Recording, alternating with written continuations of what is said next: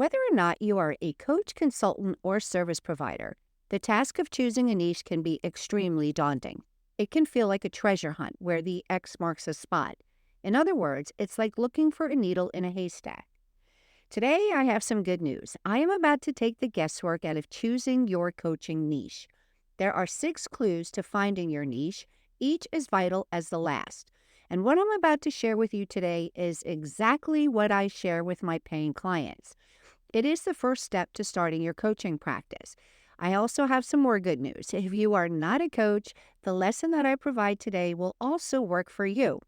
When the Lord gave me the download, the blueprint for my signature coaching program a few years back, the Kingdom Empowered Entrepreneur Program, KEEP for short, which he also named, he shared with me a vision of a puzzle. I call this the purpose puzzle. The single most difficult thing for any coach or new entrepreneur is choosing their niche. Today, I will show you how to let your niche choose you. Hey Coach, welcome back to the Coach by God Entrepreneur Show. I'm 𝗙𝗫𝗀𝗃𝗃, self-proclaimed mama bear of the coaching industry, certified professional coach, mentor, consultant, tech trainer, and a faith-fueled business maven with a knack for turning chaos into gold. If you are ready to leverage your hard-earned coaching certification, get clarity, create ripples in the marketplace, build a business that glorifies God, and make money, this podcast is for you. You can find out more and connect with me over at 𝗙𝗫𝗀𝗃𝗃.coach. Ready to dig into today's show? Get ready for a dash of sass, a sprinkle of wit, a dose of wisdom, and a whole lot of no-nonsense strategies that will transform your life and your business. Let's go.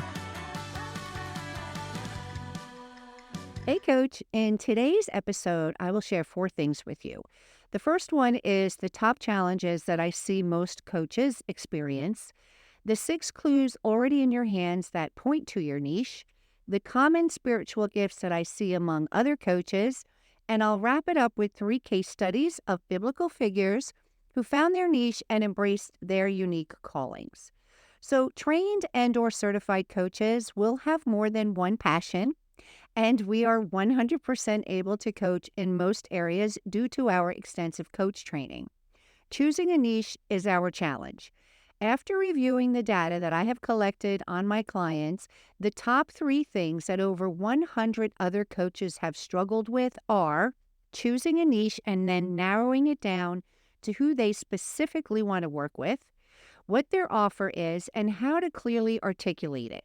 In fact, many of the coaches that have crossed my path have changed their niche over and over again because they believe they have chosen the wrong niche. More often than not, they did not choose the wrong niche. They simply failed to narrow it down and clearly articulate what they do and who they do it for. So most coaches often get hung up on their titles as well. Now, I believe this challenge stems from one wrong perspective. They are choosing a niche rather than the niche choosing them from God's design and His purpose for their life and their business. Today, I am going to specifically speak about niches. The other topics will come in the upcoming episodes. So today, you will learn how to uncover 6 clues that point to your God-given niche. Now, I know you remember the story in the Bible when God said to Moses, "What's in your hands?" Well, today you will get a bird's eye view of what's already in your hands. Your niche should choose you and not the other way around. The six clues can be found in your spiritual gifts, skills, talents, passions, jobs, and experiences. If you haven't already done so, go grab a pen and a piece of paper, and let's dive into this episode with a sprinkle of sass and a healthy dose of wit, along with some no-nonsense strategies. Now, spiritual gifts, that's the first one.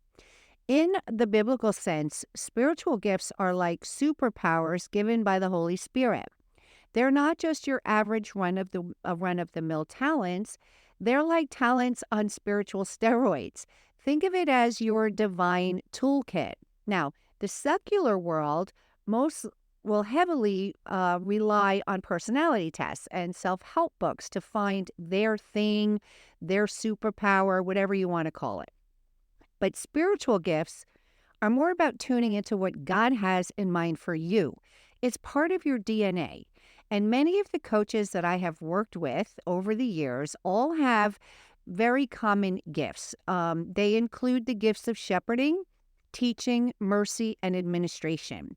And I will tell you that these gifts are very significant when it comes to a coaching business. And if you want to learn more about spiritual gifts and how they apply to your coaching business, jump into my $47 Coaches Clarity course. The course can help any type of entrepreneur when it comes to clarity, confidence, clients, and cash. And the details can be found on my website over at 𝗕𝘂𝗀𝗃𝗃.coach. Now, my clients, they all take their spiritual gift assessments over at churchgrowth.org, and I highly recommend it because our spiritual gifts are not just for use in the church or in ministry. They are equally important in our vocational paths. 1 Peter 4:10 instructs us, not suggests, that we use our gifts well. It says, God has given each of you a gift from his great variety of spiritual gifts. Use them well to serve one another. And this is precisely what I do with my clients. I teach them to use their gifts well to serve one another. The next area is going to be skills and then talents. But skills and talents are like your earthly tools. And while they're often used interchangeably, they do have some subtle differences. Talents are innate, whereas skills are developed through practice. Both, however, are critical in discovering your niche. Skills are like your bread and butter. They're what you're good at, whether it's making spreadsheets or making soufflés. In Proverbs 22:29, it says, "Do you see someone skilled in their work? They will serve before kings." Skills are learned abilities that you have developed over time. They might include technical skills or problem-solving skills, leadership skills or communication skills. They are competencies that you can offer to your coaching clients. Now, Exodus 35, verse 31 also tells us, he has filled him with the Spirit of God, with skill, with intelligence, with knowledge, and with all craftsmanship. All coaches should be and need to be skilled with active listening. That means being fully present and attentive to your client's words, and you want to ensure that your clients feel heard and understood. Talents can be a tricky beast. They're like the natural-born cousin of skills, and you didn't necessarily work for them, but they are there and they make you awesome. In the parable of the talents, we learn that it's not really just about money. It's a call to use what you've been given. We are called not to bury our talents. And while the secular society fixates on extraordinary abilities and young geniuses, remember that your talents, no matter how small, have a purpose. Talents are natural aptitudes or inclinations you have for specific activities or skills. These can encompass a very wide range of things, from artistic talents like painting or music to analytical skills, or even interpersonal skills like communication and relationship building. Passions is next. Passions. They are the fire in your belly, the sparkle in your eye. Psalm 37:4 says, "Delight yourself in the Lord, and he will give you the desires of your heart." Now, this doesn't mean that you'll get every shiny thing that you want. It's more about aligning your passions with his purpose. Secularly speaking, passions are often mistaken for whims. Remember, a true passion is not just a fleeting fancy. It's that persistent pull towards something that makes your heart sing or keeps you up at night. Coaching in an area that aligns with your passions is going to bring you energy and fulfillment to your practice. It will also prevent burnout. So let's say if you are passionate about health and wellness, you might specialize in coaching people to achieve their wellness goals. Now, I will also add that you cannot build your coaching business on passion alone, and I'll share why. I have a very big passion for singing. Yet, I have had karaoke machines unplugged on me while singing. Yes, that is the truth. And I was also booted out of church choir when I was in third grade. So you can see that passion isn't going to, you know, it's not going to suffice, right? It's not going to sustain you. And sometimes passion alone will not make you money. Next up is jobs. Jobs are where the rubber meets the road. They're where skills, talents, and passions come together like a glorious symphony of productivity. It's the practical application of your gifts. And Colossians 3, verse 23 reminds us to work heartily as for the Lord and not for men. Now, in the secular world, jobs are often about climbing the ladder. Your career can be a reflection of your niche.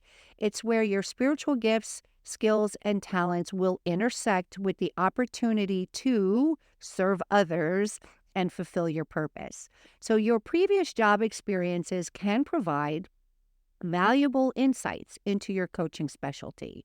The skills and knowledge that you've gained in all of your past roles can often be transferred to your coaching practice. So, for example, if you've worked in sales, your coaching specialty might be helping individuals improve their sales and negotiation skills. You might even consider maybe being a marketing coach or a business coach.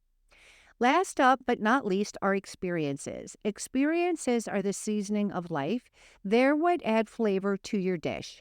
Romans 8:28 tells us that we know in all things that in all things God works for the good of those who love him, who have been called according to his purpose. Even the bitter and ugly experiences can add depth to your character. The secular world often underestimates the power of experiences. But in discovering your niche, every experience, good, bad, or ugly, is a valuable ingredient. Your life experiences shape you. They can be pointers to understanding your niche, revealing areas where you are particularly resilient or insightful. So the unique experiences that you've had in life, including your challenges and triumphs, can actually shape your coaching specialty. If you've overcome significant obstacles or faced specific life events, you can actually draw on these experiences to connect with and guide your coaching clients who may be going through similar situations. For example, I know a woman who coaches moms of autistic children. Her life experience raising an autistic child herself has provided her with the skills and insights that only she can bring to this niche. Let me share with you 3 case studies of biblical figures who found their niches. So first up is Moses. He was the reluctant public speaker who turned into freedom fighter. He was raised in Egyptian royalty, and Moses had a comfortable life until he realized his true heritage as an Israelite. His early attempt at social justice, aka smiting an Egyptian, led to a self-imposed exile. Now, while tending sheep, a serious downgrade from palaces, he stumbled upon a burning bush that didn't actually burn up. The bush, let's say doubling as God's ancient version of a Zoom call, informed Moses that he was to free the Israelites from Egypt. And despite his claims of not being eloquent, God's first lesson in dealing with imposter syndrome, Moses went on to part seas, bring plagues, and deliver commandments, turning from a royal fugitive to a legendary leader. Excuse me. The next biblical figure is Esther, the beauty queen with a mission. Esther was an orphan Jewish girl living in exile in Persia. Her uncle Mordecai encouraged her to join the Persian version of The Bachelor, where King Xerxes, and I know I mispronounced that, it's one of my weaknesses, was looking for a new queen. I don't know, do you have trouble pronouncing kings' names and locations in the Bible? So winning the royal rose or crown in this case, Esther's true test came when a royal decree threatened her people. Mordecai's advice? Maybe you're queen for such a time as this. So Esther, turning the palace into a stage for divine justice, cleverly revealed the villainous plot of the king saving her people and proving that beauty and brains can also be a powerful combo.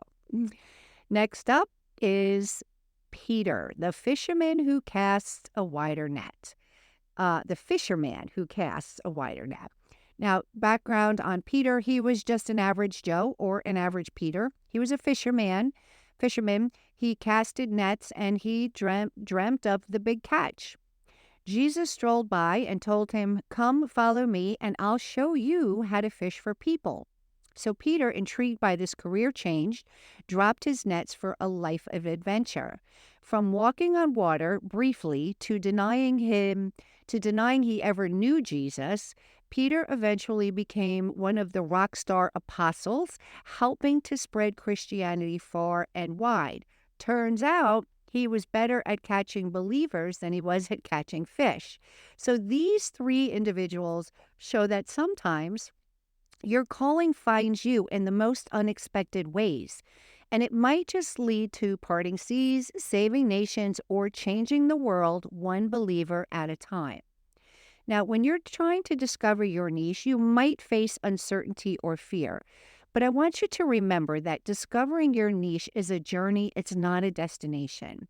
Discovering your niche is about recognizing and nurturing the unique combination of your spiritual gifts, skills, talents, passions, jobs, and experiences.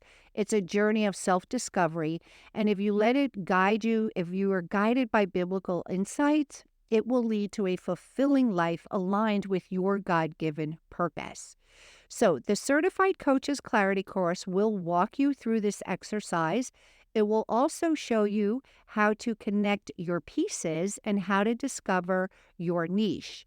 You will also discover your area of specialty, who God is calling you to serve, what you offer, and how to clearly say what it is that you do. All this from a simple purpose puzzle. It will provide the clarity that you need to be successful, and it's all for $47. Now, the KEEP program, the Kingdom Empowered Entrepreneur Program, is my 6-month comprehensive experience where together we build your business from the ground up. I will roll up my sleeves and dig right in with you. So if you want to become a keeper, send me an email or visit my website at 𝗙𝗎𝗓𝗏𝗏𝗏𝐻, and you can also message me. Now, to recap about your niche, it's not about finding what's trending or profitable or even fitting into a mold created by society, right, or expectations. It's about discovering, again, your unique blend of your gifts, skills, talents, passion, jobs, and experiences that make you, well, you. It's what's already in your hands, my friend. And whether you're looking at it through a spiritual lens or a secular one, remember, the best niche is one where you can be unapologetically yourself. So go on, find that niche, and make it your own, sass, wit, and all. In my upcoming episode of Coached by God Entrepreneur, I'm also going to be unpacking some of those other topics that we just discussed. So go ahead and start jotting down the purpose puzzle areas and do a deep dive into each one of those sections. Don't just scrape the surface, but go deep. Go back as far as you can. All right, my friends, be well.